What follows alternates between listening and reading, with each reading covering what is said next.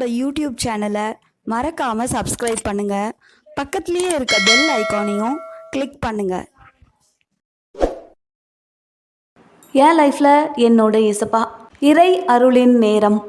இந்த நேரம் வருஷத்துக்கு ஒரு தடவை பெரிய பாக்கியமாக நம்மளுக்கு கிடைக்கிது.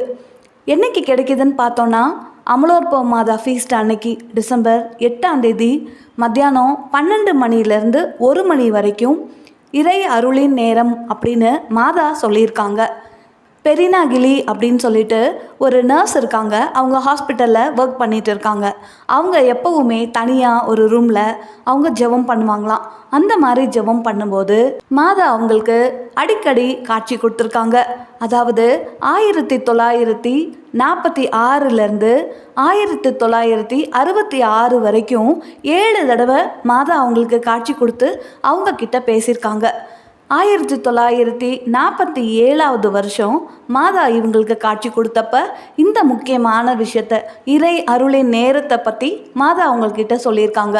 இந்த நேரத்தில் 3 விஷயங்களுக்காக ஜெபிக்க சொல்லியிருக்காங்க. முதல் விஷயம் என்னன்னா, எப்படிப்பட்ட ஒரு கடினமான இதயமாக இருந்தாலும் ஆண்டவர் அந்த நேரத்தில் ஜெபம் பண்ணவங்களோட மனசை மாற்றுவார். எஸ்தர் எப்படி ஜெபிச்சாங்கன்னா, ஆண்டவருடைய கையில் அரசரின் இதயம், அந்த இதயத்தை மாற்ற சொல்லி எஸ்தர் ஜெபிச்சாங்க. அப்போது இதயத்தை மாற்றுற சக்தி ஆண்டவருக்கு மட்டும்தான் இருக்குது. நம்மளால் யாரையுமே இந்த உலகத்தில் இருக்கவங்கள நிச்சயமாக மாற்றவே முடியாதுங்க.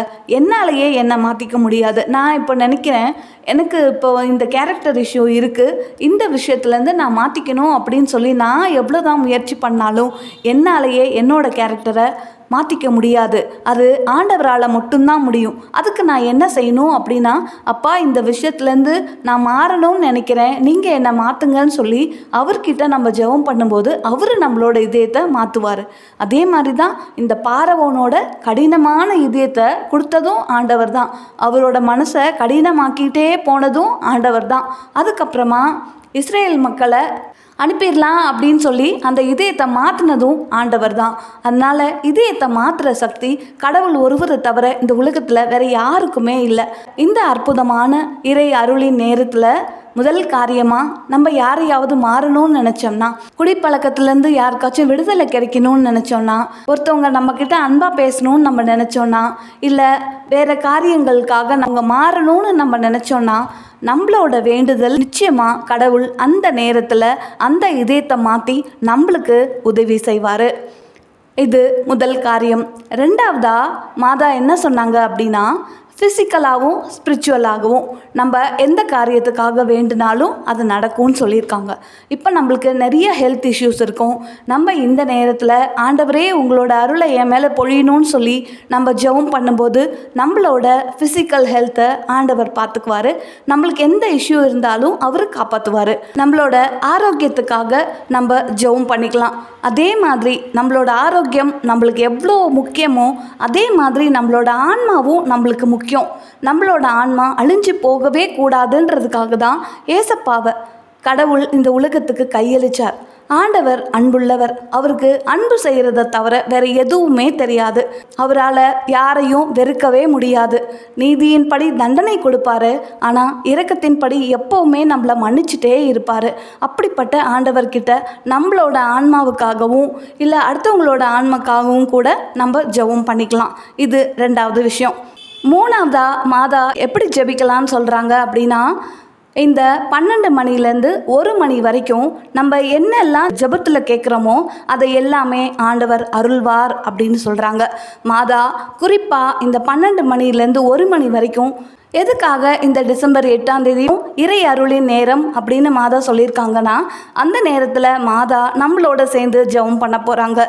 ஆண்டவரோட இதயம் ரொம்ப காயப்பட்டிருக்குன்னு மாதா காட்சியில் அந்த நர்ஸ் கிட்ட சொல்லியிருக்காங்க. பெரினாகிலி கிட்ட அவங்க சொல்லியிருக்காங்க, என் மகனோட இதயம் ரொம்ப காயப்பட்டிருக்கு, இந்த உலகத்தில் பாவங்கள் அதிகரிச்சுக்கிட்டே போகுது, அவர்கிட்ட இந்த உலகத்தில் இருக்க மக்களுக்காக நான் பறிஞ்சு பேச போகிறேன். இந்த நேரத்தில் என் கூட சேர்ந்து யாரெல்லாம் ஜெபிக்கிறாங்களோ அவங்களோட எல்லா ஜெபமும் கேட்கப்படும்னு சொல்லி தான் மாதா குறிப்பாக இந்த நேரத்தை தேர்ந்தெடுத்து நம்மளுக்கு கொடுத்துருக்காங்க. இது ஒரு வரப்பிரசாதம். இப்படி வருஷத்துக்கு ஒரு தடவை அந்த ஒரு நாளை நிச்சயமாக நம்ம மிஸ் பண்ணக்கூடாதுங்க. ஞாயிற்றுக்கிழமையில் வருது. அதுவும் சண்டே அப்படின்னாலே நம்ம எல்லாரும் ரொம்ப பிஸியாக இருக்கிற நாள். நிறைய சமையல் வேலை இருக்கும். 12 மணி அப்படின்னா எல்லாருக்கும் சாப்பாடு கொடுக்கணும், இப்படி எல்லாம் இருக்கும். ஆனால் இந்த வருஷத்தில் ஒரே ஒரு தடவை வர இந்த விஷயத்த நம்ம தவறவே விடக்கூடாது. ரொம்ப பெரிய வரப்பிரசாதமாக நம்ம நினச்சி நம்மளோட வேலைகளை 12 மணிக்கெல்லாம் முடிச்சுட்டு 1 மணிக்கு அப்புறம் கூட நம்மளால் சாப்பிட முடியும். வீட்டில் இருக்கவங்களுக்கும் இது அப்படியே சொல்லி கொடுத்து ஒரு குடும்பமாக உட்காந்து நம்ம அந்த ஜெபத்தை ஜெபிக்கும்போது, மாதாவோட சேர்ந்து நம்ம ஜெபம் பண்ணுறோன்றத மனசில் வச்சுட்டு நம்ம ஜெபம் பண்ணும்போது ஏசப்பாவோட காயப்பட்ட இதயத்துக்கு நம்மளாலையும் மருந்து போட முடியும். ஆண்டவர் எருசலேம் நகர பெண்கள் ஏசப்பா சிலுவை சுமந்து போகும்போது அவங்க அழுகுறாங்க. அப்போது ஏசப்பா என்ன சொல்கிறாரு தெரியுமா? எனக்காக அழ வேண்டாம், உங்களுக்காகவும் உங்கள் பிள்ளைகளுக்காகவும் அழுங்கள் அப்படின்னு சொல்கிறாரு. இப்போ நம்ம நினைக்கிறோம் மாதாவோட சேர்ந்து ஏசப்பாவோட இதயத்துக்கு நம்ம மருந்து போடுறோம் நம்ம நினைக்கிறோம். ஆனால் நிச்சயமாக அந்த மருந்து ஆண்டவர் நம்மளோட இதயத்துக்கு தான் போடுறாருன்றது தான் உண்மை. நம்மளை நம்ம காப்பாற்றிக்கிறதுக்காக தான் நம்ம ஜெபம் சொல்கிறோம். நம்மளோட ஆன்மாவுக்கு விடுதலை கொடுக்கறதுக்காக தான் நம்ம ஜெபம் சொல்கிறோம். நம்மளோட தேவைகளை நிறைவேற்றிக்கிறதுக்காக தான் நம்ம ஜெபம் சொல்கிறோம். மாதா எப்படி ஜெபம் சொல்லணும்னு சொல்லியிருக்காங்க அப்படின்னா 3 தடவை ஜெபமாலை ஜெபிக்கணும். அதே மாதிரி 3 தடவை 51வது சங்கீதத்தை சொல்லணும். எங்களோட பங்கு சாமியார் எப்படி சொல்லி கொடுத்தார் அப்படின்னா, ஃபஸ்ட்டு 51வது சங்கீதம் மன்னிப்புக்காக வேண்டல், அந்த சங்கீதத்தை முதல்ல நாங்கள் எல்லாரும் வாசிப்போம். அதுக்கப்புறமா ஜெபமாலை ஜெபிப்போம். அப்போது ஜெபமாலை ஜெபிக்கிறப்போ நாங்கள் எந்த தேவ ரகசியம் சொல்லுவோம் அப்படின்னா, மகிமை தேவ ரகசியம் சொல்லி தான் அந்த ஜெபமாலையை நாங்கள் ஒப்பு கொடுப்போம். அடுத்தது திரும்பவும் 51வது சங்கீதத்தை மறுபடியும் வாசிக்கணும். 2வது ஜெபமாலையை நம்ம சொல்லணும். திரும்ப 3வது தடவை 51வது சங்கீதத்தை வாசிக்கணும். வாசித்து முடித்ததுக்கப்புறம் 3வது ஜெபமாலையை சொல்லி முடிச்சிடணும். அதுக்கப்புறம் அரை மணி நேரத்துக்குள்ளேயே இதெல்லாம் நம்மளால் சொல்லி முடிக்க முடியும்.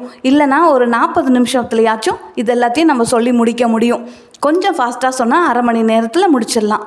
மிச்சம் இருக்க அரை மணி நேரத்தை நம்ம கொஞ்சம் கூட வீணடிக்காமல், நம்மளுக்கு ஒரு நாள் டைம் இருக்குது, நம்ம என்னென்ன காரியம்லாம் நம்மளுக்கு வேணும்னு நம்ம மனசில் நினைக்கிறோமோ மறந்துடுவோன்னு நினச்சோம்னா அது நிச்சயமாக ஒரு பேப்பரில் எல்லாத்தையும் அழகாக எழுதி வச்சுட்டு நம்ம ஜெபம் பண்ணும்போது அந்த பேப்பரை நம்ம கண்ணு முன்னாடி வச்சுக்கிட்டு நம்மளுக்கு என்னென்ன தேவைகள் இருக்குது, யாரெல்லாம் மனம் மாறணும்னு நம்ம நினைக்கிறோம், எந்தெந்த காரியத்துக்காக நம்ம மனம் மாறிக்கணும்னு நினைக்கிறோம், யாருக்கெல்லாம் உடம்பு சரியில்லை, யாரோட ஹெல்த் இஷ்யூக்காக நம்ம ஜெபம் பண்ணோம், இப்படி ஒன்றையும் ஞாபகப்படுத்தி நம்ம அந்த அரை மணி நேரத்தை பொக்கிஷமாக நினச்சி கடகடன் எல்லாத்தையும் ஜெபத்தை எல்லாத்தையும் மாதாவோட சேர்ந்து நம்ம ஆண்டவருக்கு ஒப்பு கொடுத்துட்டோம் அப்படின்னா ஒரு பெரிய சந்தோஷம் நம்மளுக்கு கிடைக்கும். தேங்க்யூ.